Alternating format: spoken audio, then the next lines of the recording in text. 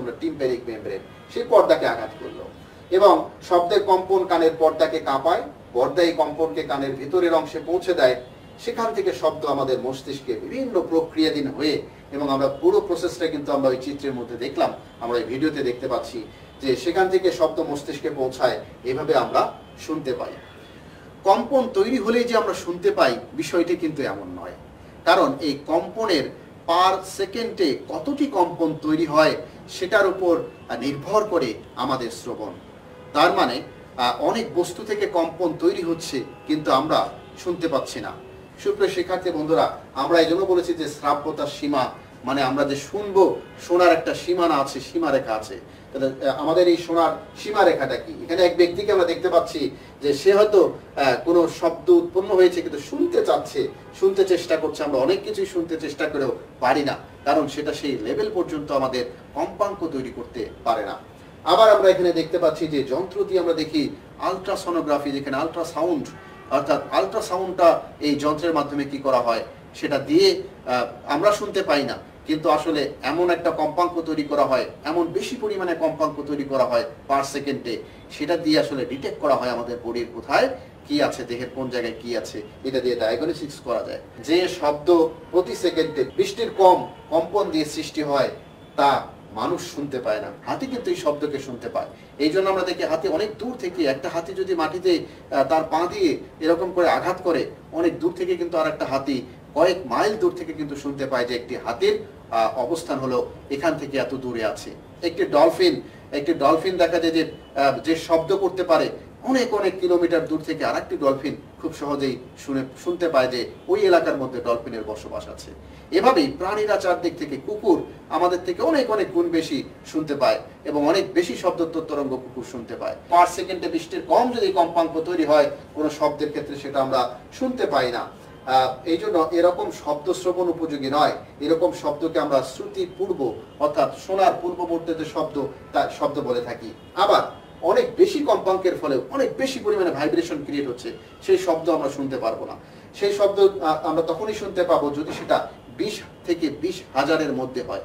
পার সেকেন্ডে 20টা কম্পন এবং 20,000 কম্পনের মধ্যে থাকে, তাহলে আমরা শুনতে পাবো।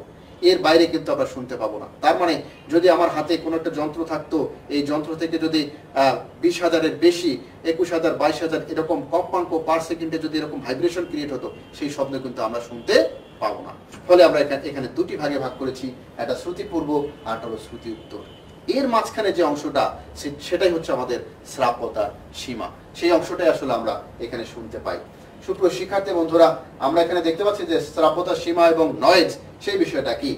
সুতরাং মানুষের জন্য শ্রাব্যতার সীমা আসলে 20 থেকে 20,000 কম্পন দিয়ে সৃষ্টিকারী কোনো সোর্স, শব্দ উৎপন্নকারী সোর্স। তাহলে প্রতি সেকেন্ডে কোনো বস্তু যতটা কম্পন দেয়, আমরা তাকে বলা হয় বস্তুর কম্পাঙ্ক। তাহলে এই কম্পাঙ্ক প্রকাশের একক হলো হার্টজ, অর্থাৎ কম্পাঙ্ক প্রকাশের একককে আমরা বলছি হলো হার্টজ। তাহলে কোনো বস্তু সেকেন্ডে 20 বার কাঁপলে তার কম্পাঙ্ক 20 হার্টজ, আর 20,000 বার কাঁপলে তার কম্পাঙ্ক হলো 20,000 হার্টজ। তাহলে এই সীমার মধ্যে কম্পাঙ্কের শব্দকে আমরা বলি শ্রাব্য শব্দ। তাহলে এই শব্দটাও লিখে রাখো, এটাকে আমরা বলি, এটার মধ্যে যে আসলে এই সীমানার মধ্যে শ্রাব্যতার যে সীমানা আছে, তাকে আমরা বলি হলো শ্রাব্য শব্দ। নিচের দিকে চিত্রের দিকে একটু তাকালেই আমরা আসলে খুব ভালো বুঝতে পারবো যে এখানে শ্রুতিপূর্ব শব্দ, এখানে 20 হার্টজ, তার চেয়ে কম আমরা শুনতে পাই না। আবার এখানে শ্রাব্য শব্দ, এর মাঝখানে অর্থাৎ 20,000 হার্টজ শ্রুতি উত্তর শব্দ, সেটাও আমরা শুনতে পাই না। তাহলে শুনতে কোনটা পাই? 20,000 শ্রুতি উত্তর শব্দ এবং শ্রুতিপূর্ব শব্দ, এটার মাঝখানে যেটা থাকে সেই কম্পনটাই আমরা আসলে শুনতে পাই। এটাকে বলছি আমরা শ্রাব্যতার সীমা।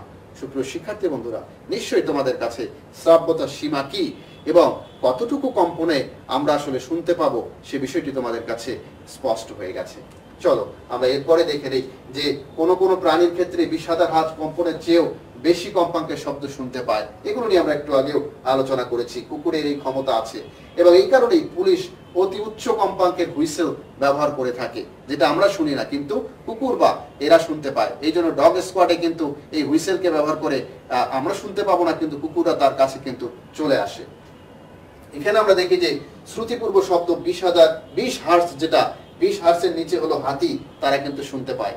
মানুষের জন্য যেটা শ্রুতিপূর্ব, হাতির জন্য সেটা হলো শ্রাব্য শব্দ। এরপর শ্রাব্য শব্দ 20 থেকে এটা 20,000 হার্টজ পর্যন্ত তো আমরা দেখেছি। এখানে আমরা দেখতে পাচ্ছি যে বাদুড় এই জাতীয় প্রাণীগুলো কিন্তু শ্রুতি উত্তর শব্দ বা 20,000 হার্টজের থেকে আরো বেশি পরিমাণে যে কম্পাঙ্ক পার সেকেন্ডে তৈরি হয় সেগুলো তারা শুনতে পায়। এবং আমরা দেখতে পাচ্ছি এখানে একটা কুকুরকে দেখানো হচ্ছে যেটা আসলে ডগ স্কোয়াডে ব্যবহার করা হয়ে থাকে। পাশাপাশি আমরা দেখছি যে ডলফিন এই জাতীয় অ্যানিমালগুলো প্রচুর পরিমাণে অর্থাৎ 30,000 হার্টজের মতো কম্পাঙ্কের শব্দ তারা বা তারও বেশি পরিমাণে তারা কি শুনতে পায়। তো চিকিৎসা বিজ্ঞানে আমরা কি করি যে অনেক অতিশব্দ যন্ত্রে সাথে আমরা পরিচিত, যেটাকে আমরা আল্ট্রাসাউন্ড বলে থাকি। এরকম যন্ত্রের একটি হলো আল্ট্রাসনোগ্রাম এবং এই যন্ত্র হলো 20,000 হার্টজের চেয়ে বেশি কম্পাঙ্কের শব্দের সাহায্যে কাজ করে থাকে। এবং আমরা দেখে থাকি এই ধরনের মেশিনগুলোর মাধ্যমে আমরা আমাদের দেহের মধ্যে মানুষের চিকিৎসার ক্ষেত্রে আসলে কিছু ডায়াগনোসিসের ক্ষেত্রে এগুলোকে ব্যবহার করা হয়ে থাকে। এবং আমরা দেখি যে সুশ্রাব্য শব্দ এবং নয়েজ এই দুটো জিনিস কি। সুশ্রাব্য যেটা শুনতে ভালো লাগে সেটার নাম হচ্ছে সুশ্রাব্য শব্দ। এখন যদি তোমার হঠাৎ করে দেখা যায় যে টিভিটা ঝিরঝির আওয়াজ শুরু করে দেয়, শোঁ শোঁ শব্দ শুরু করে দেয়, তোমাদের কাছে শুনতে ভালো লাগবে না। জ্যামের মধ্যে কার বসে থেকে গাড়ির হর্ন শুনতে ভালো লাগে, নিশ্চয়ই এগুলো ভালো লাগে না। কিন্তু আমাদের টিনের চালের মধ্যে বৃষ্টি রিমঝিম শব্দ কিন্তু আমাদের কাছে অনেক সময় ভালো লাগে। আবার আমরা দেখি যে অনেক সময় কিছু গান কিছু সঙ্গীত আমাদের মনকে নাড়া দেয়, সেগুলো আমাদের কাছে অনেক ভালো লাগে। তার মানে আমাদের চারপাশে আমরা নানা রকম শব্দ শুনতে পাই। কিছু শব্দ শুনতে আমাদের ভালো লাগে আর কিছু শব্দ আমাদের জন্য সুখকর আনন্দদায়ক, কিন্তু কিছু শব্দ আমাদের জন্য খুবই বিরক্তিকর। আমাদের জন্য এরকম আনন্দদায়ক শব্দগুলো গানের সুর, বাঁশের সুর, হারমোনিয়ামের শব্দ, সেতারের বাজনা ইত্যাদি সবগুলো হচ্ছে আমাদের জন্য আনন্দদায়ক এবং এগুলো আমাদের শুনতে ভালো লাগে। যে শব্দ শুনতে কষ্ট লাগে, যন্ত্রণাদায়ক, বিরক্তিকর, তাদেরকে নয়েজ বা গোলমাল বলা হয়ে থাকে। তো তোমার বাসায় হয়তো একটা নির্দিষ্ট সাউন্ড দিয়ে হয়তো সব গান শোনা হচ্ছে, কিন্তু এটা যদি খুব লাউড স্পিকারে বাজানো হয়, পাশের বাসার লোকজন এসে বলবে যে কি শুরু করেছেন। কারণটা হলো তখন মানুষের কাছে কিন্তু এটা কষ্টদায়ক হয়ে পড়ে একটা নির্দিষ্ট লেভেলের শব্দ। ভালো একটা গানও যদি তুমি সেখানে খুব জোরে বাজাও, সেটাও কিন্তু আসলে শুনতে খুব ভালো লাগবে না। তো যাই হোক, আমরা এখানে দেখতে পাচ্ছি যে আমাদের শব্দ দূষণের বিষয়টাকে আমরা একটু রিপ্রেজেন্ট করতে চাই। এখানে আমাদের পরিবেশে যদি অতিরিক্ত শব্দ থাকে তখন আমরা তাকে কি বলি, শব্দ দূষণ বলি। এটা কিন্তু এই ছবিটার মতোই, এটা খুবই বিরক্তকর আমাদের জন্য এবং স্বাস্থ্যের জন্য অনেক ক্ষতিকর। আমরা এখন দেখে নিই যে শব্দ দূষণের প্রধান কারণগুলো কি। গাড়ির শব্দ, হর্ন বাজানোর শব্দ, সেটা দেখতে পাচ্ছি, বিস্ফোরণের শব্দ বা আতশবাজি করে যে সেই শব্দগুলো, এবং কোনো যন্ত্র যেমন গ্রাইন্ডিং মেশিনটা আমরা দেখতে পাচ্ছি, সেখান থেকে নির্মাণ কাজের সাথে ওই যে মিক্সচার মেশিনের কথা আগেও বলেছি আমরা, মাইকের শব্দ, মাইক নয়েজ তৈরি করে থাকে, টেলিভিশন এবং রেডিও এগুলো জোরে বাজানোর শব্দ, সেখানে যাই সুরেলা তৈরি হোক জোরে বাজালেই সেগুলো আসলে শব্দ দূষণের অন্যতম প্রধান কারণ হিসেবে আমরা এই বিষয়গুলোকে চিহ্নিত করে রেখেছি। সুপ্রিয় শিক্ষার্থী বন্ধুরা, শব্দ দূষণের ফলে কি ক্ষতি হয় এটা আমরা অনেকেই জানি এবং অনেকে রিয়েলাইজও করি শব্দ দূষণের ফলে কি ক্ষতি হয়। তো চারপাশের অতিরিক্ত এই শব্দ নানা রকম স্বাস্থ্য সমস্যা আমাদের সৃষ্টি করে থাকে, বিশেষ করে অনিদ্রা, মাথা ব্যথা, উচ্চ রক্তচাপ এবং বিরক্তি, তারপর হচ্ছে যে দুর্ভাবনা এবং আরো অনেক রকম সমস্যা। এবং কোনো মানুষ অনেকদিন অতিরিক্ত জোরালো শব্দ শুনলে একসময় সে কানে নাও শুনতে পারে। এখানে চিত্রে দেখলাম যে মানুষের ক্ষেত্রে এরকম অনিদ্রা হতে পারে, উচ্চ রক্তচাপ হতে পারে, তার ভেতরে আসলে হতাশা এরকম তৈরি হতে পারে, দুশ্চিন্তা তৈরি হতে পারে। এই সব কিছু বিষয়ে মাথা ব্যথা দেখা যায় প্রচন্ড। হ্যাঁ, এই সবগুলো বিষয় কিন্তু আসলে শব্দ দূষণের ফলেই সৃষ্ট। শব্দ দূষণের এগুলো আমরা দেখি যে স্বাস্থ্যগত সমস্যা। তো কিভাবে রোধ করা যায় এই শব্দ দূষণ? এই শব্দ দূষণ রোধ কিন্তু আমাদের হাতের মধ্যেই। কোন আবাসিক এলাকায় শব্দ দূষণ নিয়ন্ত্রণ করতে হলে নয়েজ সৃষ্টিকারী যা কিছু আছে সবকিছু এলাকার বাইরে নিয়ে যেতে হবে। যেখান থেকে শব্দ, যেমন কল কারখানা ইত্যাদি সবকিছুকে এলাকার বাইরে স্থাপন করাতে হবে। এই নয়েজ সৃষ্টিকারী কোন কলকারখানা আবাসিক এলাকায় স্থাপন করা যাবে না, এটা নিয়ম করে দিতে হবে। যানবাহনের হর্ন যতটা সম্ভব কম বাজাতে হবে। এলাকায় এলাকায় বলে দিতে হবে যে আসলে মানুষ এমনিতেই রোড সিগন্যাল গুলো মেনে চলবে, কিন্তু হর্ন বাজানোর কোনো প্রয়োজন নেই, এবং হর্ন যেন আসলে নির্দিষ্ট সীমা অনুযায়ী সেটাকে রাখা হয়। এরপর হচ্ছে যে রেডিও, টেলিভিশন, অন্যান্য বাদ্যযন্ত্র উচ্চ শব্দে এগুলো বাজানো যাবে না, সেটাও মনে রাখতে হবে। রাস্তার পাশে, ঘর বাড়ির চারদিকে এরকম প্রচুর পরিমাণে কি করতে হবে, এখানে গাছ লাগাতে হবে যাতে ঘর বাড়িতে শব্দ কম পৌঁছায়। আমরা এখানে একটা কাল্পনিক সিটি আমরা এখানে দেখতে পাচ্ছি, যার চারদিকে এরকম গ্রিন গাছপালা লাগানো হয়েছে। এছাড়া শব্দ দূষণ রোধ করতে বিমানের ইঞ্জিন এবং যানবাহনের ইঞ্জিন এবং অন্যান্য বিভিন্ন ধরনের ইঞ্জিনের মধ্যে সাইলেন্সার লাগানো হয়। সাইলেন্সার হচ্ছে এক ধরনের যন্ত্র যেটা শব্দকে আর ওই যন্ত্র থেকে বাইরে বেরোতে দেয় না। তো যাই হোক, আমরা এই বিষয়গুলো এখানে চিত্রের মধ্যে আমরা দেখতে পাচ্ছি যেখানে সাইলেন্সার লাগানো আছে একটা যন্ত্রের মধ্যে। তো এই সাইলেন্সারের কারণে শব্দ কিন্তু বাইরে যেতে পারে না। সুপ্রিয় শিক্ষার্থী বন্ধুরা, আমরা এখানে দেখতে পাচ্ছি যে শব্দ সৃষ্টিকারী যন্ত্র, এবং এই শব্দ সৃষ্টিকারী যন্ত্রের সাথে চলো আমরা পরিচিত হয়ে নেই। এখানে আমরা দেখতে পাচ্ছি যে এখানে বারী সিদ্দিকীকে তোমরা অনেকেই চেনো, তার বাঁশির সুর অনেক চমৎকার, তিনি বাঁশি বাজাতেন। এবং আমরা দেখতে পাচ্ছি যে এখানে হারমোনিয়ামের সুর, আমাদের একতারা দোতারা এগুলোর সুর, সেতারার সুর। কিন্তু নিচে যে দুটো শব্দ আমরা দেখতে পাচ্ছি যে গাড়ির হর্ন, এই ব্যক্তি গাড়ি বাজাচ্ছে, তোমাদের এখন যদি হর্ন শোনাতাম এবং ওই যে রিক্সায় বেল দিচ্ছে বেলগুলো যদি শোনাতাম, তোমাদের কাছেও খারাপ লাগতো, বিরক্তিকর লাগতো। এই জন্য আমি আর এগুলো শোনাচ্ছি না। সুপ্রিয় শিক্ষার্থী বন্ধুরা, একটু খেয়াল করে দেখে নিই, কোনগুলো আমাদের জন্য আসলে সুরের স্বর সৃষ্টি করে আর কোনগুলো বিরক্তকর। তা আমরা এখানে কিছু সুর সৃষ্টিকারী যন্ত্রের সাথে আমরা দেখতে পাচ্ছি বাঁশি। এটা এর মধ্যে বাঁশির মধ্যে কি থাকে, এরকম ছিদ্র থাকে, যার ভিতর দিয়ে বাতাস প্রবাহিত হওয়ার সময় কি করে, এগুলো ফু দিলে সেই নলের ভিতর দিয়ে বাতাস যাওয়ার সময় সেই ছিদ্রগুলো দিয়ে বেরিয়ে নানা রকম স্বরের সৃষ্টি করতে পারে।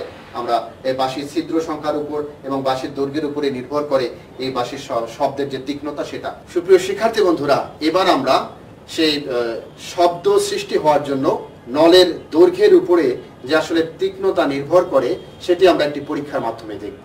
চলো আমরা এই পরীক্ষার জন্য কি কি উপকরণ পদ্ধতি সেটি আগে দেখে নিই। কাজ বা পরীক্ষার নাম একটি খোলা নলের দৈর্ঘ্যের সাথে শব্দের তীক্ষ্ণতা পরিবর্তন পর্যবেক্ষণ। এখানে প্রয়োজনীয় উপকরণগুলো হলো একটি পান করা নল এবং একটি কাঁচি। পদ্ধতি: নলটির এক প্রান্ত চ্যাপ্টা করে নাও। এখন নলের দৈর্ঘ্যের সাথে প্রান্তটি আমরা এখানে দেখবো যে কিভাবে কাটতে হয়, আমরা ভিডিওর মধ্যে সেটা দেখে নেব।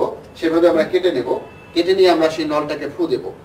শব্দের তীক্ষ্ণতার পরিবর্তন আমরা তখন লক্ষ্য করব এবং নলের অপর মাথাটি কেটে আমরা ধীরে ধীরে খাটো করব। তারপর আবার উৎপন্ন শব্দের তীক্ষ্ণতার মধ্যে যে পার্থক্য, আমরা সেই পার্থক্যটি পর্যবেক্ষণ করব। তো চলো আর কথা না বাড়িয়ে আমরা সরাসরি আমাদের এক্সপেরিমেন্টটা দেখে নেই যে কিভাবে আমরা এই কাজটি করব। ভিডিওর মাধ্যমে আমরা এই কাজটি একটু দেখে নিচ্ছি। সুপ্রিয় শিক্ষার্থী, আমরা দেখতে পাচ্ছি এখানে স্ট্রো বা এখানে নল, যে খাবার নল, সেটা নেওয়া হলো। তার এক প্রান্ত এরকম চ্যাপ্টা করে নিয়ে এভাবে দুপাশে চিত্রের মতো করে আমরা দেখতে পাচ্ছি, এভাবে আমরা কাঁচি দিয়ে কেটে নেই। তো পাতলা করে এভাবে কাটলে আমরা যদি মুখে নিয়ে নেই তাহলে এটি থেকে আসলে শব্দ বের হবে, শব্দ তৈরি হবে। দেখো এক ধরনের শব্দ আমরা পাচ্ছি, নিশ্চয়ই তোমরা এই শব্দ পাচ্ছ। কেটে দেয়া হলো, শব্দের তীক্ষ্ণতা বাড়ছে, যতই কাটা হচ্ছে পাইপ নলটি তত শব্দের তীক্ষ্ণতা বেড়েই চলছে। খুবই সহজ পরীক্ষা, তাই না?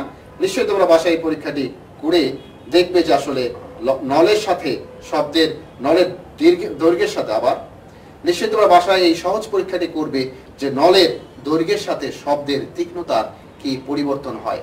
সুপ্রিয় শিক্ষার্থী বন্ধুরা, তোমরা বাসায় কিন্তু অবশ্যই পরীক্ষাটি করে দেখবে।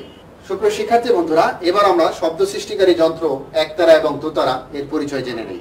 তোমরা আসলে একতারা হাতে দেখলেই বুঝে ফেলো যে এই মানুষটি মনে হয় বাউল। আবার আমরা দেখি যে অনেক লোকসঙ্গীত গায়, এমন মানুষের হাতে আমরা দোতারা দেখি। আসলে এগুলো তার বিশিষ্ট যন্ত্র। একতারা হচ্ছে একটি তার বিশিষ্ট যন্ত্র, দোতারা হচ্ছে দুটি তার বিশিষ্ট যন্ত্র। তার মানে এগুলো তার বিশিষ্ট বাদ্যযন্ত্র। এসব যন্ত্রের তারের কম্পনের ফলে সুশ্রাব্য এবং সুরেলা শব্দের সৃষ্টি হয়। এসব বাদ্যযন্ত্রের তারকে টেনে যদি ছেড়ে দেওয়া হয় তাহলে সেখানে কোনো কিছু দিয়ে নাড়াচাড়া করলে সেখানে কি হয়, তার কাঁপে এবং শব্দের সৃষ্টি হয়। এভাবে কিন্তু মানুষ এগুলোকে, এই তারের যে কম্পন, এটাকে নিজের বশে এনে সুরের সৃষ্টি করে, গানের সাথে এই সুরকে মিলিয়ে তারা গায়।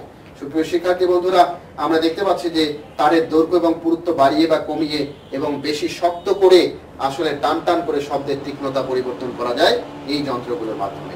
এরপর হলো সাইকেল বা রিক্সার বেল, খুবই যন্ত্রণাদায়ক একটা শব্দ। রাস্তায় বের হলে আমরা দেখি টুংটাং শব্দ। এগুলো কিসের মাধ্যমে করে? এখানে আমরা দেখতে পাচ্ছি সাইকেলের বেল। আসলে এখানে হলো আমরা একটা সাইকেলের বা রিক্সার যে টুংটাং বেল হয়, এই বেল কিভাবে শব্দ উৎপন্ন করে এটা আমরা অনেকেই আসলে জানি না। এই বেলে গোলাকার আসলে একটি ধাতব কি থাকে, একটি বাটি থাকে যেটি উপর করে রাখা হয়। বাটির নিচে একটি ধাতব হাতুড়ির মতো এরকম লাগানো থাকে, স্প্রিং এর সাথে যুক্ত করে। হাতুড়িটার মধ্যে এরকম আঘাত করলে সেই আঘাতটি গিয়ে আসলে ওই ধাতব যে বাটিটা তার মধ্যে পড়ে এবং টুংটাং শব্দভাবেই তৈরি হয়। সুপ্রিয় শিক্ষার্থী, আমরা আমাদের আজকের আলোচনার একেবারেই শেষ প্রান্তে চলে এসেছি। ঝটপট এই পাঠ মূল্যায়নটির সাথে একটু মিলিয়ে নাও যে আমরা এই প্রশ্নগুলোর উত্তর করতে পারি কিনা। যেমন প্রাণী কিভাবে শুনতে পায়, নিশ্চয়ই তোমরা ব্যাখ্যা করতে পারবে। আমরা যে দেখেছিলাম যে কানের পর্দাকে কিভাবে কম্পিত করে। আমাদের শ্রাব্যতার সীমা কি সেটা আমরা জানি, 20 হার্জ থেকে 20,000 হার্জ, এবং এটাকে সুন্দর করে ব্যাখ্যা করতে হবে।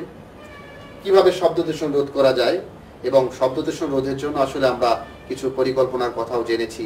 একটি আবাসিক এলাকাকে তোমাদের পাঠ্য বইতে আছে, কিভাবে শব্দ দূষণ থেকে রোধ করা যায় সেই বিষয়গুলো আমরা জেনেছি। সুপ্রিয় শিক্ষার্থী বন্ধুরা, এবার ঝটপট বাড়ির কাজটি লিখে নাও। শব্দ দূষণের ক্ষতি সমূহ গণনা করো, অর্থাৎ শব্দ দূষণের যে ধরনের ক্ষতি আছে এই ক্ষতি সমূহ গণনা করতে হবে।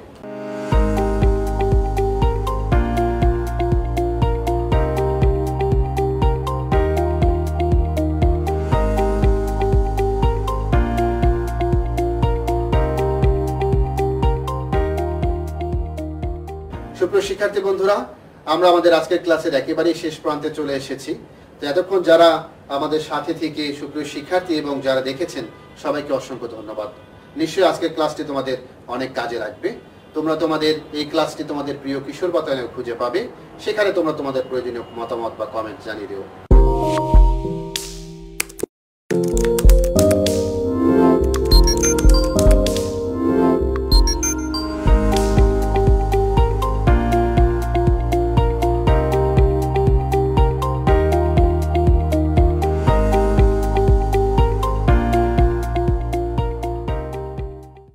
সুপ্রিয় শিক্ষার্থী, এতক্ষণ সাথে থাকার জন্য সবাইকে অসংখ্য ধন্যবাদ।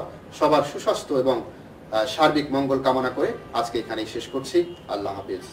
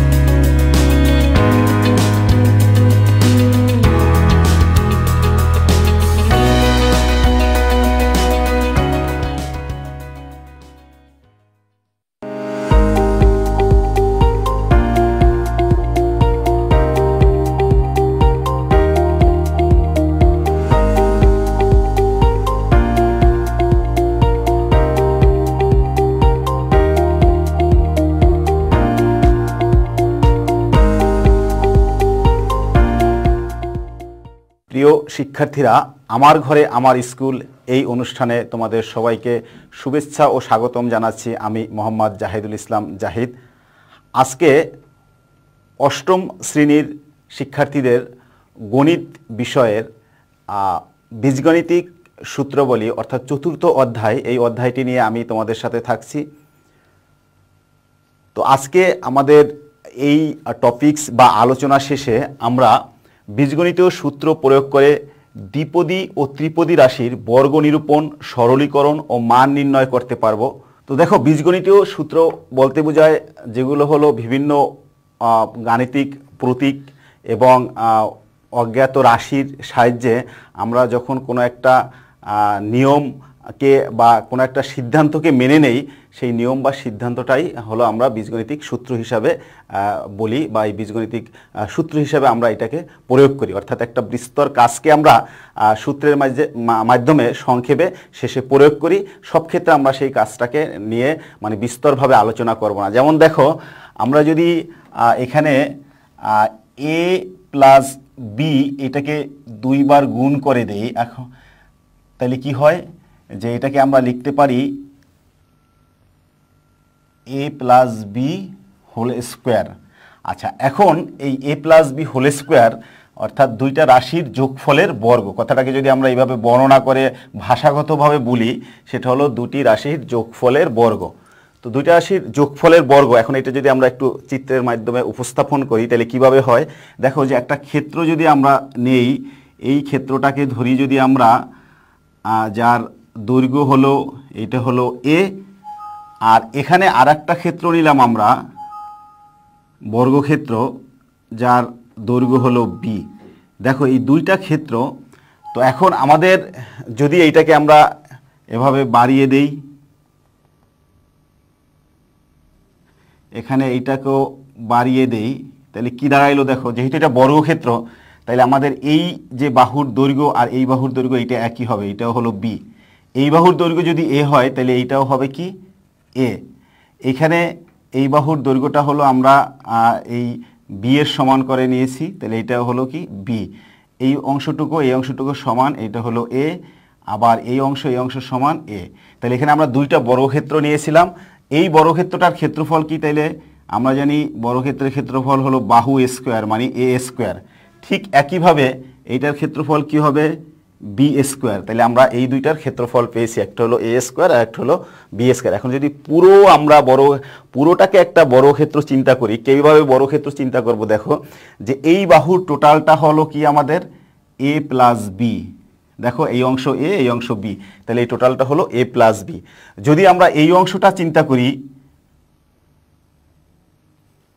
তাহলে এই অংশটাও হলো আমাদের এ প্লাস বি, কারণ এই অংশ হলো এ আর এই অংশ হলো বি। তাহলে টোটাল ক্ষেত্রফলটা আমাদের কি হবে? এ plus B into A plus B, অর্থাৎ A plus B whole square, মানে অর্থাৎ টোটালটার উপরে বর্গ। এখন আমরা এখান থেকে যদি এটাকে ভেঙে ফেলি, দেখো কি আসে, যে A plus B whole square, তাইলে আমরা এখান থেকে এই দুইটাকে গুণ করবো। এটাকে আবার আমি লিখলাম এ plus B into A plus B. তো দেখো এখানে এ প্লাস বি, এটাকে গুণ দাও, এটা দিয়ে ধারাবাহিকভাবে গুণ করে যাও, তাহলে এ স্কোয়ার, এটা দিয়ে এইটাকে গুণ করো, তাহলে কি হবে? Plus A B. এইটা দিয়ে এইটাকে গুণ করো, তাহলে কি হবে? ধারাবাহিকভাবে আমরা যে গুণ করি সেই প্রক্রিয়ায়, অন্য কোনো প্রক্রিয়া না। এইটা গুণ করলে কি হবে? B B B square.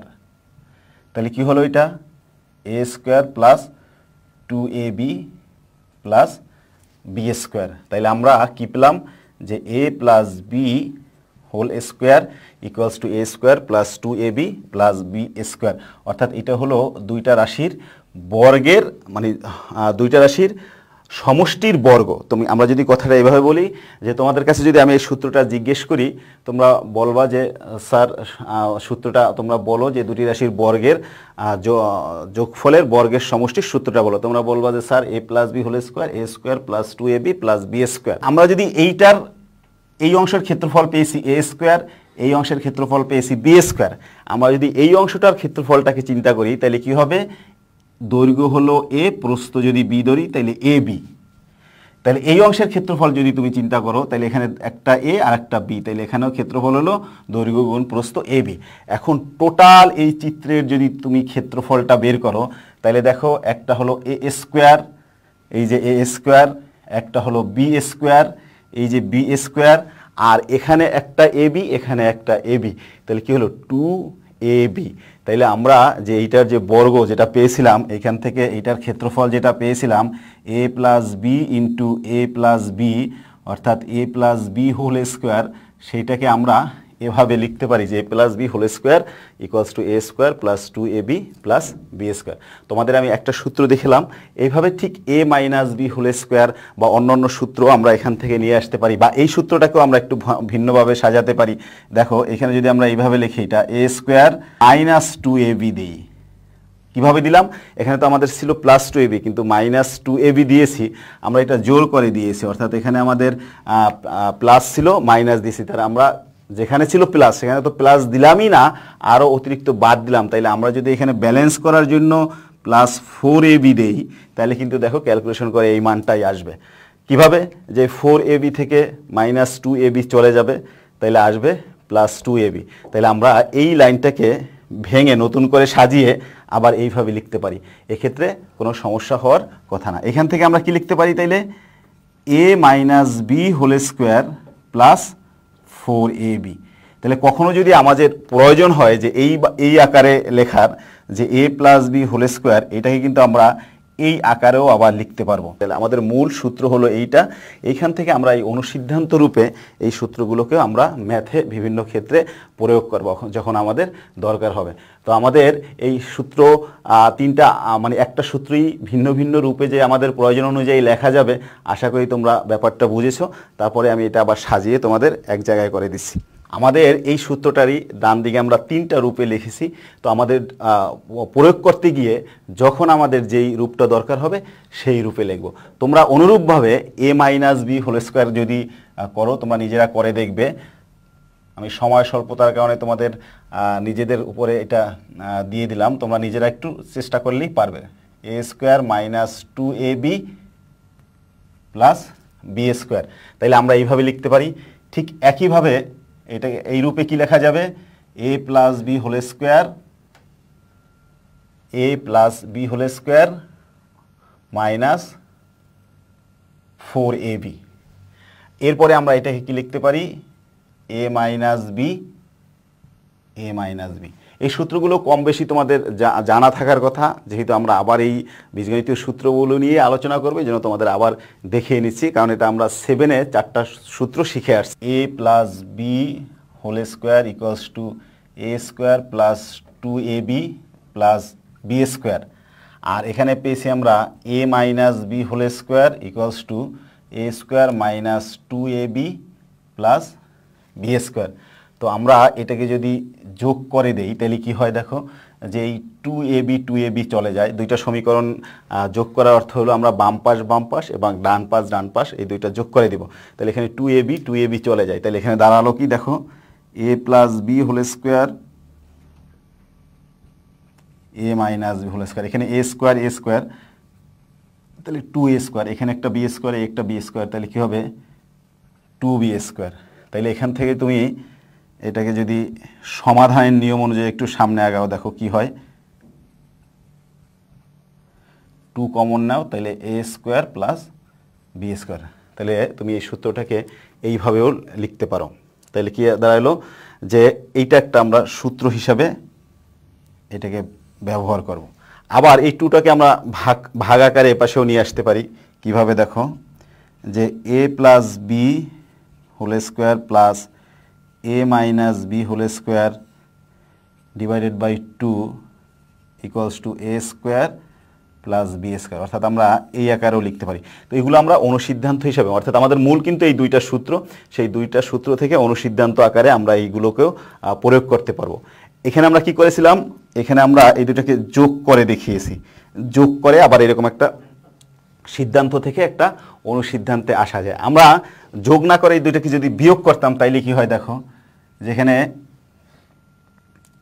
A plus B whole square equals to A square plus 2ab plus B square, A minus B whole square equals to A square minus 2ab plus B square.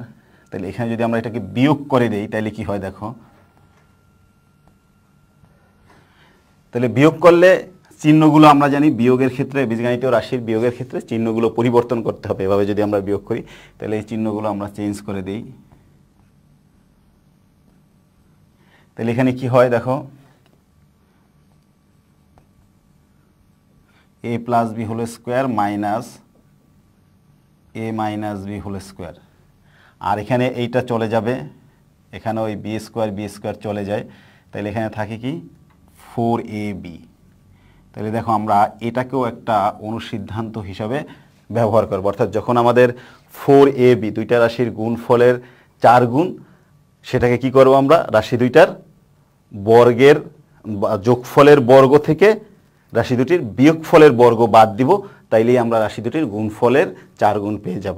অর্থাৎ এভাবেও আমরা সূত্র হিসাবে বা অনুসিদ্ধান্ত হিসাবে আমরা ম্যাথে অ্যাপ্লাই করব যখন প্রয়োজন হয়। এটা কি আবার আরেকটু অন্যভাবে লেখা যায় দেখো, 4ab equals to A plus B whole square minus A minus B whole square. তাহলে এখানে এ বি 4টাকে যদি আমরা ভাগ আকারে নিয়ে যাই, এখানে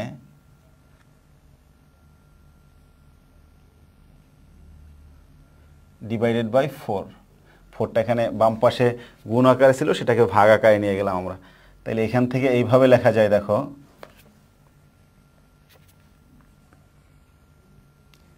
এ plus B divided by 2 whole square. অর্থাৎ যখন আমাদের লবে একাধিক রাশি আর হরে একটা, তাহলে এই হরেরটাকে লবের প্রত্যেকটার জন্য আলাদা আলাদা করে দেওয়া যায়। তাহলে 4টা আমি এখানে নিয়ে আসলাম, আর এটা 4টাকে যেহেতু আমি এই স্কোয়ার অর্থাৎ ব্র্যাকেটের ভিতরে নিয়ে গেলাম, তাহলে অবশ্যই 2 লিখতে হবে, অর্থাৎ এটাকে বড় করলে আবার 4ই হবে। আর এখানে হবে মাইনাস, তাহলে A minus B divided by 2 whole square. অর্থাৎ দুটি রাশির গুণফলকে যখন আমরা এভাবে লিখতে চাই, অর্থাৎ দুটি রাশির বর্গের বিয়োগফল রূপে যখন লিখব, তখন আমরা আবার এই অনুসিদ্ধান্তটা কাজে লাগাবো। তো আশা করি তোমরা যে এই অনুসিদ্ধান্তগুলো বুঝে ফেলছো। দেখো এখানে আমরা পেয়েছি a plus B whole square equals to a square plus 2ab plus B square. তুমি যদি এইটাকে বাম পাশে নিয়ে আসো a plus B whole square minus 2ab, তাহলে ডান পাশে থাকে a square plus B square. তাহলে আমরা এটাকেও একটা সূত্র হিসাবে ইউজ করবো, অর্থাৎ a square plus B square equals to a plus B whole square minus 2ab। একইভাবে আর একটা পেয়েছিলাম আমরা a minus B whole square equals to a square minus 2ab plus B square. তাহলে এখান থেকে আমরা লিখতে পারি a minus B whole square plus 2ab equals to a square plus B square. এইটাও একটা অনুসিদ্ধান্ত হিসাবে আমরা ব্যবহার করব, বিশেষ ক্ষেত্রে মান নির্ণয়ের ক্ষেত্রে আমাদের এগুলোর বেশি প্রয়োগ হয়। তো আমরা a স্কোয়ার প্লাস বি স্কোয়ারে এভাবে লিখতে পারি, আবার a স্কোয়ার প্লাস বি স্কোয়ারকে এইভাবে লিখতে পারি। আর একটু স্মরণ করো, আগে আমরা আর একটা ভাবে দেখাইছি। তাহলে একই দেখো যে আমরা এই a square plus B square এটাকে কয়টা রূপে লিখতে পারি, a plus B whole square minus 2ab, a minus B whole square plus 2ab।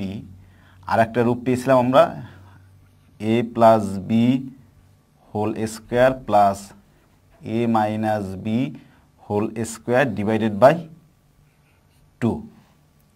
তাহলে দেখো এখানে আমরা যে এই একটা, অর্থাৎ এখানে কি যে দুইটা রাশির বর্গের সমষ্টি, আর এখানে কি দুটি রাশির সমষ্টির বর্গ। কথাটা কি দেখো যে আমরা যদি এটাকে ভাষাগতভাবে বলি তাহলে কথাটা কিন্তু আলাদা। এখানে কিন্তু তোমার এইভাবে চিন্তা করে মানে জিনিসটা বের করতে হবে বা মনে রাখার জন্য। এটা হলো দুটি রাশির সমষ্টি, আগে তোমরা জানো যে ব্র্যাকেটের কাজটা আগে, তাহলে এখানে হলো দুটি রাশির সমষ্টির বর্গ, আর এখানে বর্গের সমষ্টি। তো এইভাবে দুটি রাশির বর্গের সমষ্টি যদি হয় তাহলে সেটাকে আমরা তিনটা প্রক্রিয়ায় লিখতে পারি। একটা হলো a plus B whole square minus 2ab, a minus B whole square plus 2ab, আর একটা হলো a plus B whole square plus a minus B whole square divided by 2। এখন স্বাভাবিকভাবেই প্রশ্ন আসে যে তুমি একটা ম্যাথ সলিউশনের ক্ষেত্রে তিনটা রূপে পেয়েছো, তুমি কোনটা ইউজ করবা। এটা অবশ্যই তোমার যা কিছু দেওয়া থাকবে এবং তোমার কাছে যা চেয়েছে সেই অনুযায়ী এই সূত্রটাকে প্রয়োগ করতে হবে। যেমন আমি যদি তোমাকে একটা কোশ্চেন করি যে এখানে আমি বললাম যে a plus B equals to দেওয়া আছে 4, আর হলো এ বি ইকুয়ালস টু দেওয়া আছে 1। তাহলে যদি আমি তোমাকে a স্কোয়ার প্লাস বি স্কোয়ারের মান নির্ণয় করতে পারি, তাহলে কোন সূত্রটা আমরা অ্যাপ্লাই করব? তোমরা একটু চিন্তা করো, দেখো কোনটা অ্যাপ্লাই করবে। অবশ্যই দেখো যেখানে a স্কোয়ার বি স্কোয়ার চেয়েছে, মানে এইটা চেয়েছে a প্লাস বি দেওয়া আছে আর এ বি দেওয়া আছে, তার মানে আমার এই সূত্রের সাথে এটা যায়, যার কারণে আমরা এটা দিয়ে করব। আবার যদি এরকম না থেকে দেওয়া থাকতো a মাইনাস বি এর মান 4, এ বি এর মান দেওয়া আছে, a স্কোয়ার বি স্কোয়ারের মান নির্ণয় করতে বলছে, তখন কিন্তু তোমার আর এইটা দিয়ে হতো না, কারণ এখানে মানটা দেওয়া আছে a মাইনাস বি এর। তাহলে সেক্ষেত্রে কি করতে হবে? তোমাকে এই সূত্রটা অ্যাপ্লাই করতে হবে। আবার এরকম যদি থাকে যে a plus B 4, a minus B 1, a minus B এর মানটা হলো 1, তোমার a স্কোয়ার বি স্কোয়ারের মান নির্ণয় করতে বলছে, তখন কি হবে? তখন তোমার এই সূত্রটা প্রয়োগ করতে হবে। অর্থাৎ তোমার যে সকল তথ্যপত্র দেওয়া আছে তার সাথে ম্যাচিং করে নিতে হবে। তুমি স্বাভাবিকভাবে একটা পোশাক কিনলে তার সাথে ঈদের পাঞ্জাবি কিনেছো, তার সাথে টুপিটা ম্যাচিং করে পরো, পাজামাটা ম্যাচিং করে পরো। তো তোমার যেসব ডাটা দেওয়া থাকবে সেগুলোর সাথে ম্যাচিং করে সূত্রটাকে অ্যাপ্লাই করতে হবে। আশা করি তোমরা এই জিনিসটা মানে ক্লিয়ার এবং এই সূত্রগুলোর অ্যাপ্লাই করতে পারবে। তো আমি এইখানে বর্গের দুইটা সূত্র থেকেই অনেকগুলো অনুসিদ্ধান্ত দেখিয়েছি আমরা। আমাদের মূল সূত্র কিন্তু আমরা শিখছি এইটা একটা আর এইটা একটা। এই সূত্র থেকে অনেকগুলো অনুসিদ্ধান্ত দেখেছি। দেখো আমাদের আরও দুইটা সূত্র, অর্থাৎ 3 নম্বরের সূত্রটা হলো a square minus B square a plus B a minus B, এটা গুণ করলেই এটা চলে আসে, তোমরা করে দেখবা। আর 4 নাম্বারটা হলো যে x plus a X plus B যদি হয় তাহলে কি প্রথম রাশিটার বর্গ হবে, এরপরে দ্বিতীয় রাশি দুইটার যোগফল, তার সাথে প্রথম রাশি এবং পরে দ্বিতীয় রাশি দুইটার গুণফল, অর্থাৎ ভিন্ন রাশি দুইটার গুণফল। তো শিক্ষার্থী বন্ধুরা, আজকে আমরা যে বর্গ সংশ্লিষ্ট বীজগণিতীয় যে 4টা সূত্র, সেই সূত্র 4টি কীভাবে আসছে সেগুলো নিয়ে আলোচনা করলাম। আশা করি তোমরা বুঝতে পেরেছো। তো এই বর্গের প্রথম যে সূত্র, সেই সূত্রের আলোকে তোমাদের একটু কাজ দিয়ে দিচ্ছি, ছোট্ট কাজ, তোমরা অবশ্যই করবে। এই কাজগুলো করবা, অর্থাৎ 4.1-এর 1 এবং 2 যেখানে রয়েছে বর্গ নির্ণয় এবং সরলফল নির্ণয়। আশা করি তোমরা এগুলো পারবে। এছাড়াও তোমরা যদি আমার এই ক্লাসটি আবার পুনরায় দেখতে চাও তাহলে ফেসবুক পেজ আমার ঘরে আমার স্কুল নামে এখান থেকে দেখে নিতে পারো এবং সেখানে তোমরা কমেন্ট করে তোমাদের মতামত জানাতে পারো। এছাড়া ইউটিউব চ্যানেল রয়েছে আমার ঘরে আমার স্কুল, সেখান থেকেও দেখে নিতে পারো। আর তোমাদের যদি কোনো সুচিন্তিত মতামত থাকে সেটা আমাদের মেইল করে জানাতে পারো। আর আশা করি তোমরা এই সরকারের স্বাস্থ্যবিধি এবং স্বাস্থ্য অধিদপ্তরের স্বাস্থ্যবিধিগুলো মেনে বাসায় অবস্থান করবে এবং নিয়মিত পড়াশোনা করবে। তো সবাইকে অভিনন্দন ও শুভেচ্ছা জানিয়ে আজকের মতো বিদায় নিচ্ছি। আল্লাহ হাফেজ।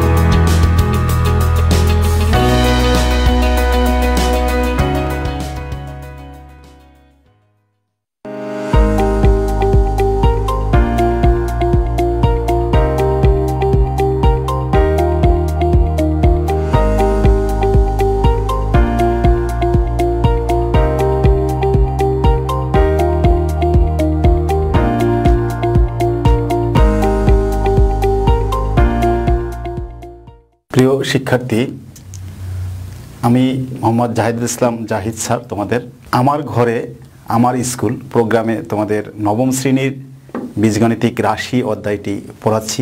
বেশ কয়েকটা ক্লাস নিয়েছি, আজকে আমাদের 4 নাম্বার ক্লাস। এখন আমরা উৎপাদক উপপাদ্যটা নিয়ে আরেকটু আলোচনা করব।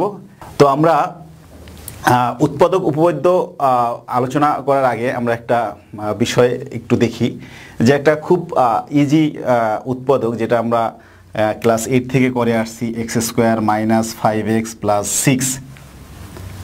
তো দেখো, এই উৎপাদকটাকে যদি আমরা বিশ্লেষণ করি, মিডল টার্ম ব্রেকআপ প্রক্রিয়ায় আমরা বিশ্লেষণ করি, মাঝখানে টার্মটা ভেঙে ফেলি, সেক্ষেত্রে কি হয়, x² - 3x - 2x + 6, x common নিলে দাঁড়ায় x - 3, 2 কমন নিলে দাঁড়ায় x - 3। এবার আমরা x - 3 কমন নিব, আসলো x - 2। তো আমরা এই যে উৎপাদকটা, এটাকে বিশ্লেষণ করে যে x - 3 এবং x - 2 দুইটা উৎপাদক পেয়েছি রাশিটার। তো এখন দেখো যে এখানে কি পেয়েছি আমরা, x - 3 x - 2, এই দুইটা কিন্তু দুইটা বহুপদী। x - 3 একটা বহুপদী, x - 2 একটা বহুপদী, অর্থাৎ দুইটা বহুপদীর গুণফল হিসাবে দেখিয়েছি। তো এখন দেখো, আমরা যদি এটাকে একটা বহুপদী ধরি, এটাকে ধরলাম আমরা f of x = এটা, যে x² - 5x + 6। তো এখন x - 3 আছে, তো আমরা এখানে একটা সংখ্যা 3 আর এখানে একটা সংখ্যা 2। আমরা যদি এই যে ফাংশনটা পেলাম, x এর function f of x = x² - 5x + 6, এখানে যদি আমরা x এর স্থলে 3 বসিয়ে দেই, দেখি কি দাঁড়ায়। দেখো যে f of 3, তাহলে এখানে কি হবে, 3² - 5 × 3 + 6, তাহলে হলো 9, 15, 6। এখানে 9 এবং 6 যোগ করে দাও, 15 মাইনাস 15 ইকুয়ালস টু 0। তাহলে এফ অফ 3 বসালে রাশিটির মান 0 হয়ে যায়। আবার দেখো আমি যেখানে 3 ছিল সেখানে এবার 2 বসিয়ে দেখবো কি হয়, কারণ এই যে এখানে আমরা একটা 2 পেয়েছি, একটা নির্দিষ্ট সংখ্যা পেয়েছি, সেই সংখ্যাটাকে এখানে বসিয়ে দেখবো যে কি আসে। তো আবার F of X equals to x square minus 5x plus 6। তাহলে আমরা এখানে এবার কি নিব, 2 নিব।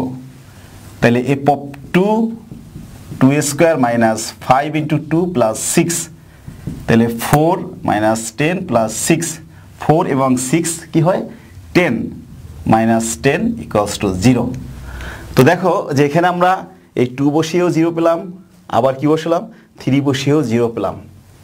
তো দেখা যায় যে আমরা যে দুইটা উৎপাদক পেয়েছি, উৎপাদকের সাথে যে একটা নির্দিষ্ট মানে চলক থেকে যে একটা নির্দিষ্ট সংখ্যা বিয়োগ, সেই সংখ্যাটা যদি আমরা এখানে বসিয়ে দেই তাইলে রাশিটির মান 0 হয়ে যায়। তো আমাদের উৎপাদক উপপাদ্যটা কি দাঁড়ালো, এফ অফ এক্স যদি কোনো ধনাত্মক মাত্রার বহুপদী হয়, এফ অফ এক্স হলো ধনাত্মক মাত্রার বহুপদী, তাইলে এবং এ নির্দিষ্ট সংখ্যা হয়, এফ অফ এক্স ধনাত্মক মাত্রার বহুপদী, এ নির্দিষ্ট সংখ্যা এবং F of A equals to 0 হলে x minus A F of X এর একটি উৎপাদক।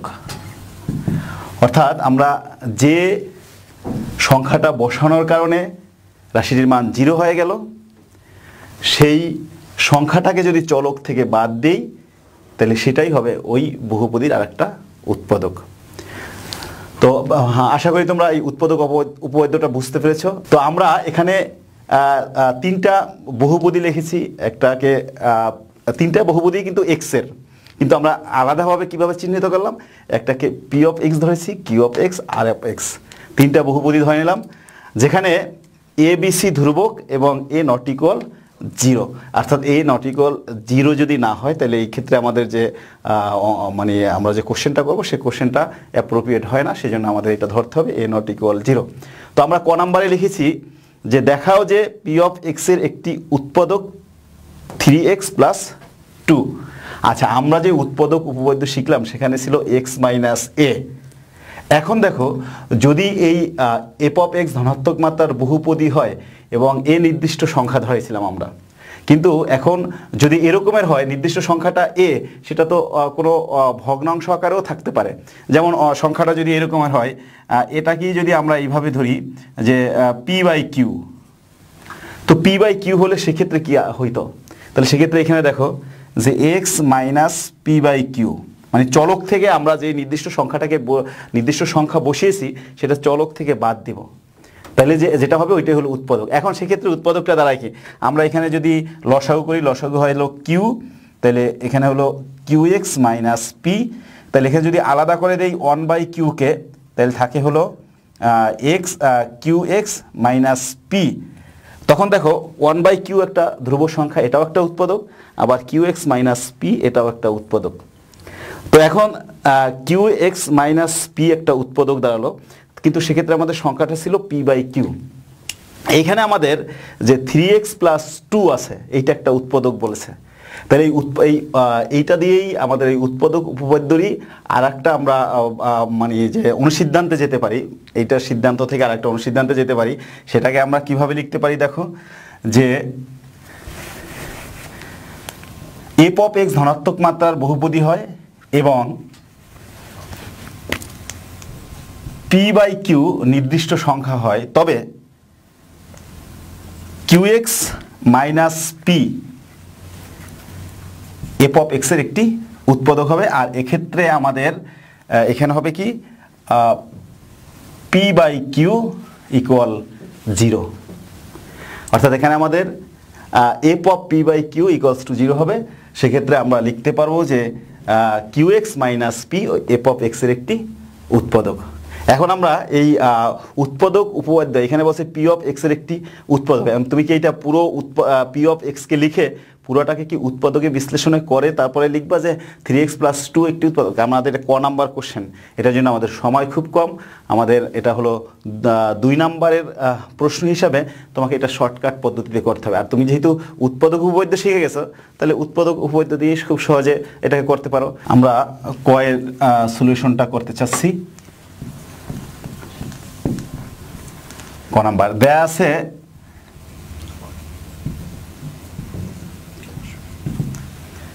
P of x equals to 18x³ plus 15x² minus x minus 2 এবং P of x এর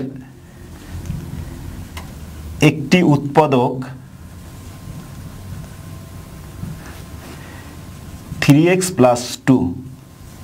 তো এখন আমাদের এখানে 3x plus 2 আছে, আমরা লিখব যেহেতু 3x plus 2 P of x এর একটি উৎপাদক হবে,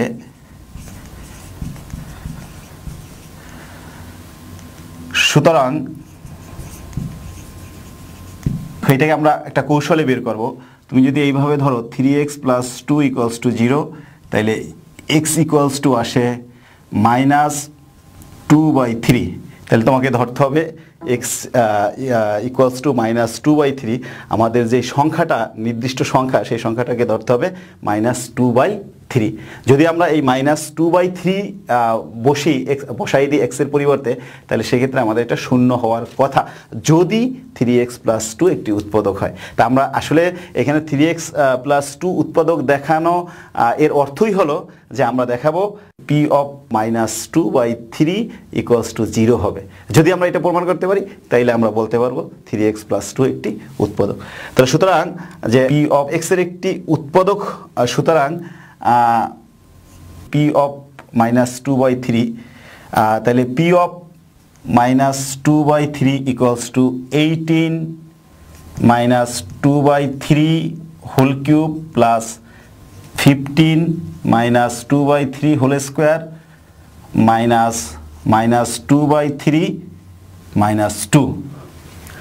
দেখো এখানে যদি আমরা এটাকে ক্যালকুলেশন করি, 18 মাইনাস 2কে আমরা যদি কিউব করি তাহলে 8 হয়, আর এখানে হবে 3কে কিউব করলে হবে 27 প্লাস 15, এটাকে যদি আমরা কিউব বর্গ করি তাহলে হবে 4, এখানে হবে 9, এটা হলো প্লাস 2/3 -2। অর্থাৎ তুমি ক্যালকুলেশন করে দেখো যে রাশিটির মান 0 হয়ে যাবে। আমি সময় স্বল্পতার জন্য যেহেতু সিম্পল ক্যালকুলেশন, এই জন্য দেখালাম না যে রাশিটির মান কি হবে, 0 হবে। যদি রাশিটির মান 0 হয়ে যায়, তাহলে কি হবে, আমরা বলতে পারি যে 3x plus 2 একটি উৎপাদক। যেহেতু P of -2/3 equals to 0 হয়, সুতরাং 3x plus 2 P of x এর একটি উৎপাদক। আশা করি তোমরা উৎপাদক উপপাদ্যের সাহায্যে যে কোনো একটা উৎপাদক হওয়ার যে কন্ডিশন, সে ব্যাপারটা বুঝে গেছো। আমরা এখন একটা নতুন কোশ্চেন দাঁড় করাই, যেখানে আমাদের আরও দেওয়া আছে কয়েকটা বহুপদী Q of x, R of x। এই বহুপদীগুলোর আলোকে আমরা একটা কোশ্চেন সলভ করব যে Q of x K x minus a এবং x minus b দ্বারা ভাগ করলে যদি একই ভাগশেষ থাকে, তবে দেখাও যে a² plus b² plus ab plus 5a plus 5b plus 6 equals to 0। আমাদের এই রাশিটাকে নিয়ে আসতে হবে এখানে যে শর্ত দেওয়া আছে সেই শর্তের অধীনে। তাহলে আমরা এই কোশ্চেনটা সলভ করব। এখানেও আমাদের ওই ভাগশেষ উপপাদ্যের দরকার। আগের অঙ্কটা আমরা উৎপাদক উপপাদ্য দিয়ে করেছিলাম, উৎপাদক উপপাদ্য শিখেছি, সেই আলোকে উৎপাদক উপপাদ্য দিয়ে করেছি। এবার আমরা ভাগশেষ উপপাদ্য শিখেছি, ভাগশেষ উপপাদ্যের আলোকে আমরা এটা করব। তাহলে দেখো যে ব্যাপারটা দেয়া আছে আমাদের এই কিউ অফ এক্স যেটা দেয়া আছে সেখানে আমাদের বলা আছে যে এক্স মাইনাস এ এবং এক্স মাইনাস বি দ্বারা ভাগ করলে একই ভাগশেষ থাকে। তাহলে আমরা এটাকে সলভ করি। খ নাম্বারটা দেখো, তাহলে Q of X equals to X cube plus 5x square plus 6x plus 8, এটা আমাদের দেয়া আছে। আচ্ছা, এখন একে ভাগ করতে হবে এক্স মাইনাস এ দ্বারা, এটাকে আমরা 1 ধরে নেই। সুতরাং 1কে এক্স মাইনাস এ দ্বারা ভাগ করলে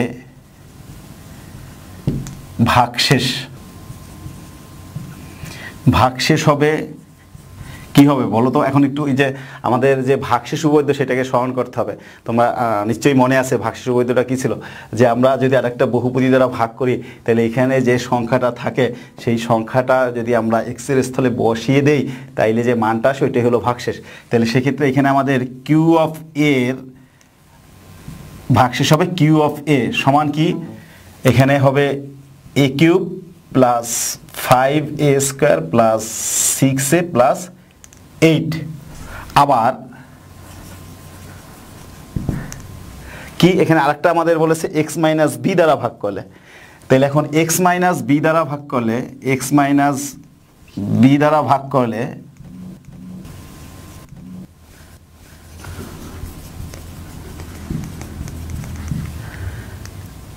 Q of B equals to B cube plus 5b square plus 6b plus 8। তো আমরা এখন আমাদের দেখো আরেকটা শর্ত দেওয়া যে একই ভাগশেষ, এখানে কি বলেছে ভাগশেষটা একই হবে। তো যদি একই ভাগশেষ হয় আমরা বলতে পারি যে প্রশ্ন মতে Q of A equals to কি কিউ অফ বি। এখন তুমি এই কিউ অফ এ বসাও এখানে, A cube plus 5a square plus 6a plus 8 equals to এখানে B cube plus 5b square plus 6b plus 8।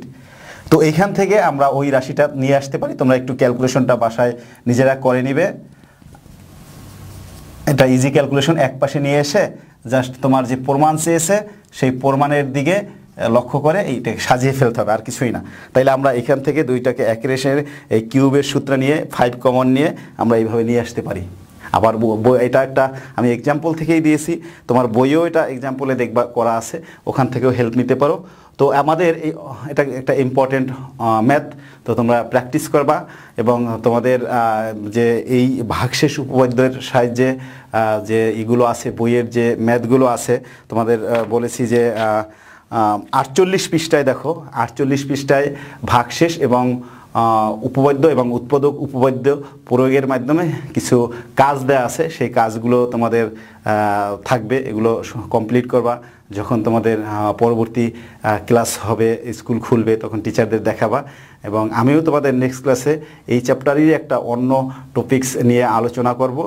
আর তোমরা এই যে বিষয়গুলো দেখানো হলো এর আলোকে বইয়ের সব ম্যাথগুলো করে ফেলবা।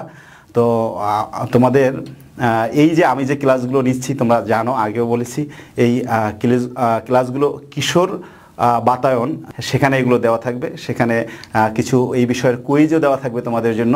তো সেগুলো দেখে তোমরা যে কি দক্ষতা অর্জন করলা নিজেরা একটু যাচাই বাছাই করে নেবা। তো সবার জন্য শুভকামনা রইল। সবাই ভালো থাকো, সুস্থ থাকো। আল্লাহ হাফেজ।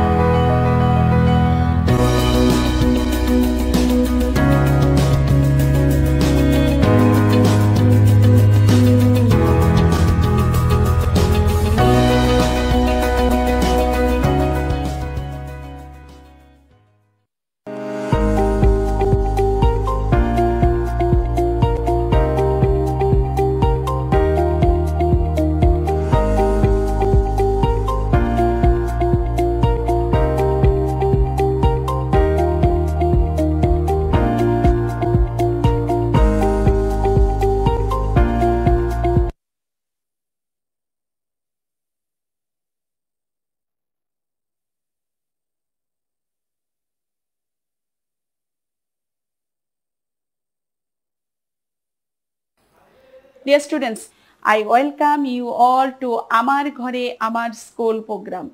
Today, I am going to teach you a lesson from class 9 and 10 English for today, English first paper.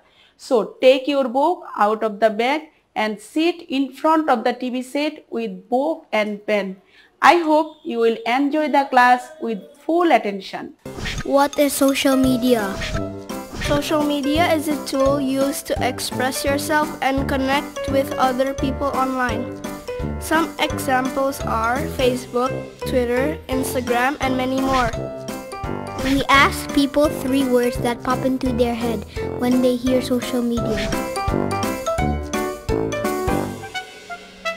Fun, kind of weird, inspiring, creepy, creative, communication, awesome. We also ask them why they use social media. Updating things and liking things and seeing, like current events and all that stuff. I use it as a form of communication and so I can tell people what I'm doing and I can reach out to people more.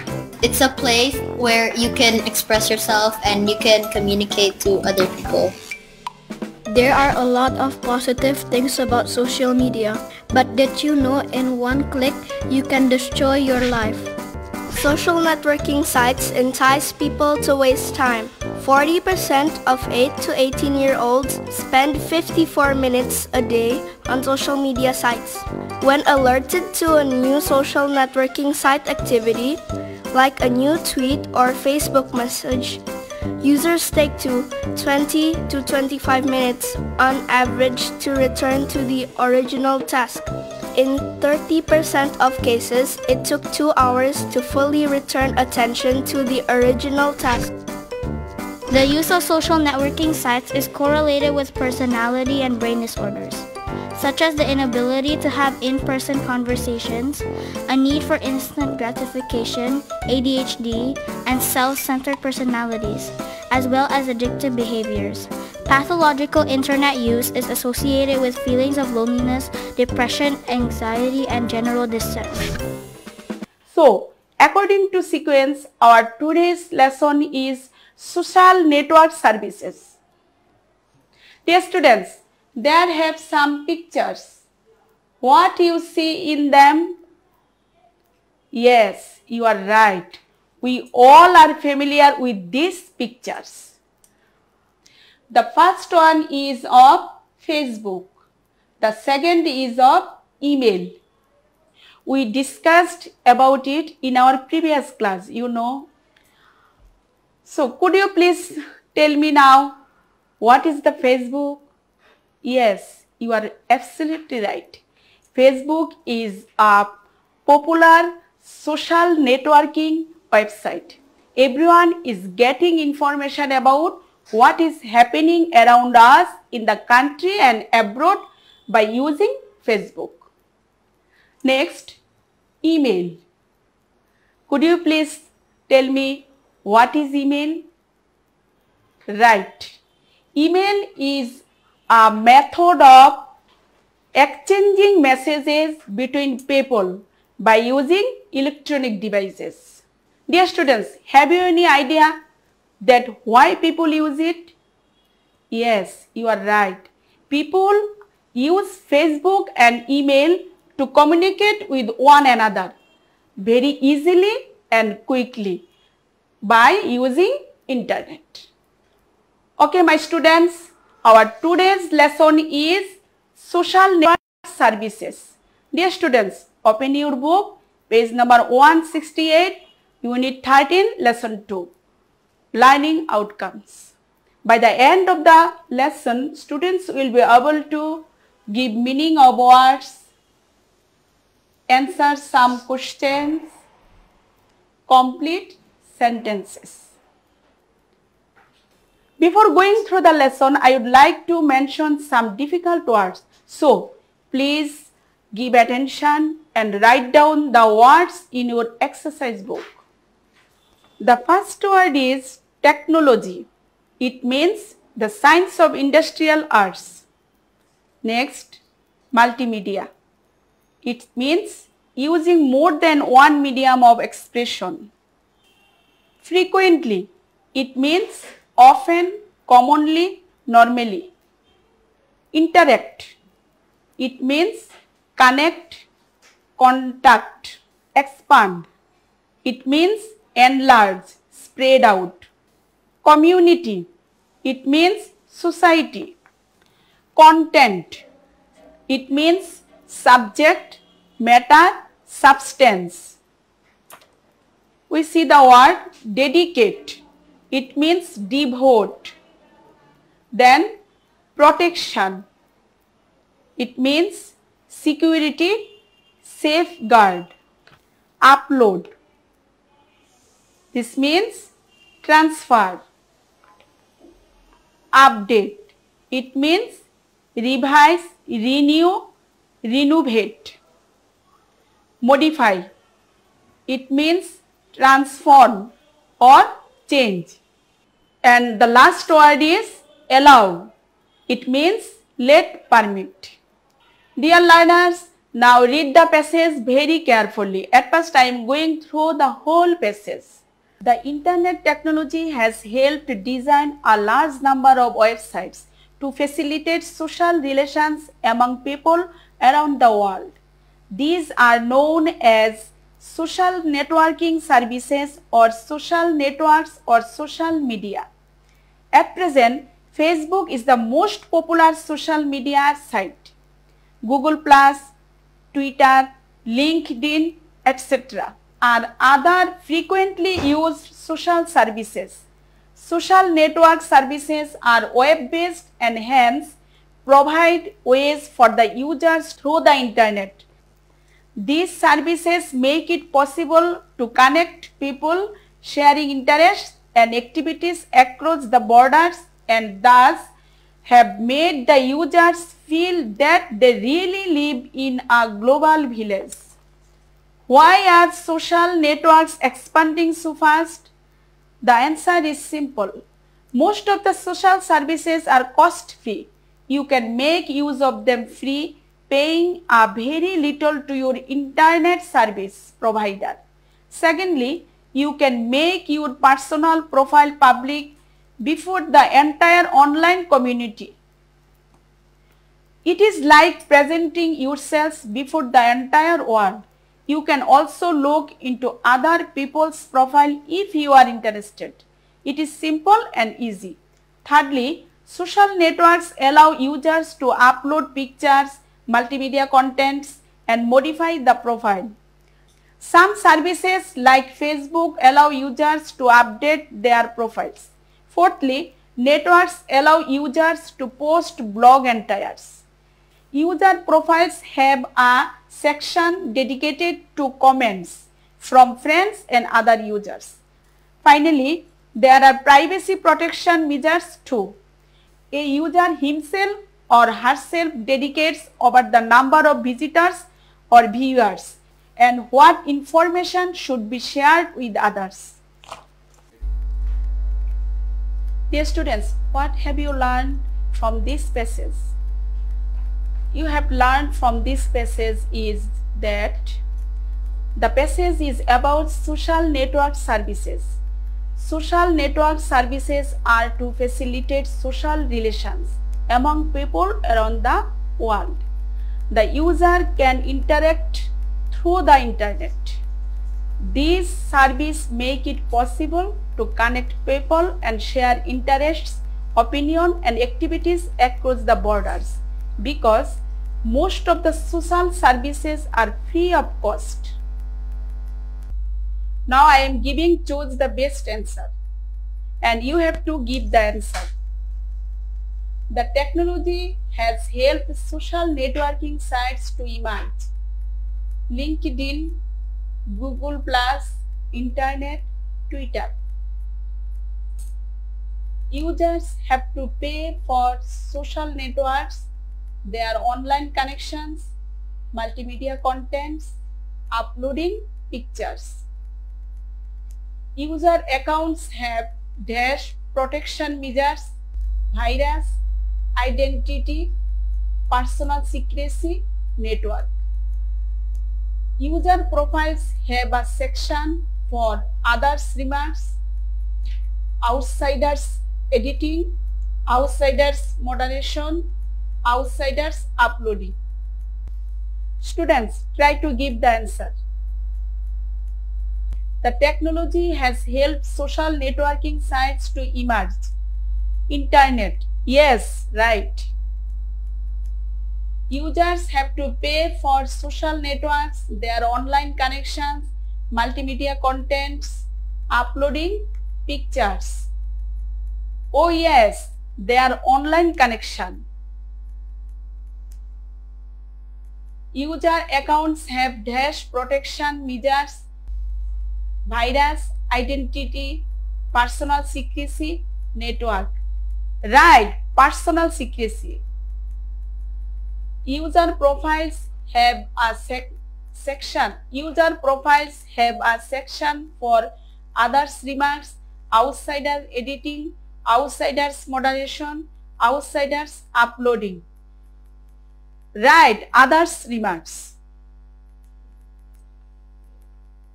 Okay, my dear learners.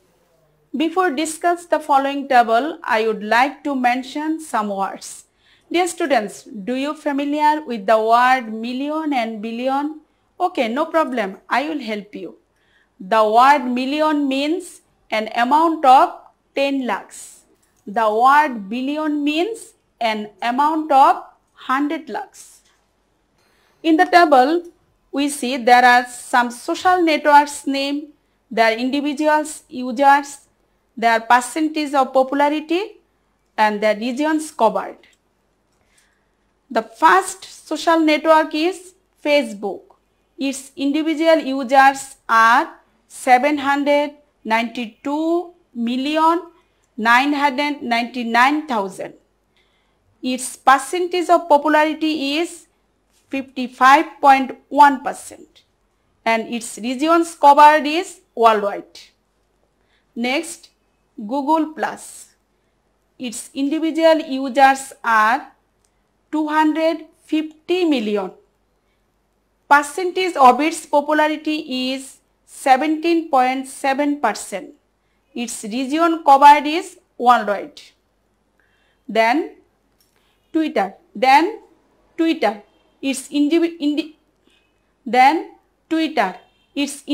users are 167,903,000.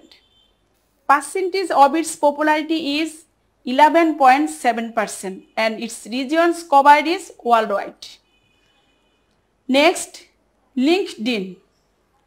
Its individual users are 94,823,000. Percentage of its popularity is 6.6% and its regions covered is Asia and Europe. Then MySpace.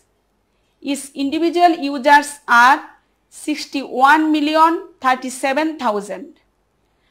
The percentage of its popularity is 4.2% and its regions covered is USA and Canada. Other social networks users are 255,539,000. Their percentage of popularity is 17.8%. Dear students, now we see the total individual users of social networks are 1,438,877,000 and their percentage of popularity is 100%. Okay students, it's time for homework. Now I am giving you homework. As your school is closed, you have to complete it and after opening your school, submit it to your English teacher. The assessed number will be added to your examination number as continuous assessment. So dear students, now write down the homework. Here there are 4 questions. What do you understand by social networks? What are some uses of social networks? These services have made the users feel that they really live in a global village. Do you agree with this view? Why or why not? Make a list of the arguments as to why social networks are expanding so fast. Why do you think this is happening? Dear students, that's all for today. Thank you again for participating with me. If you want to enjoy this class again, visit Amar Ghore Amar School Facebook page and YouTube. Dear students, finally we beseech the mercy of Almighty God so that we can get relief from this fatal disease. I hope you respect your parents, follow the instructions given by the government and enjoy classes on Songshad Bangladesh television. Bye. See you again.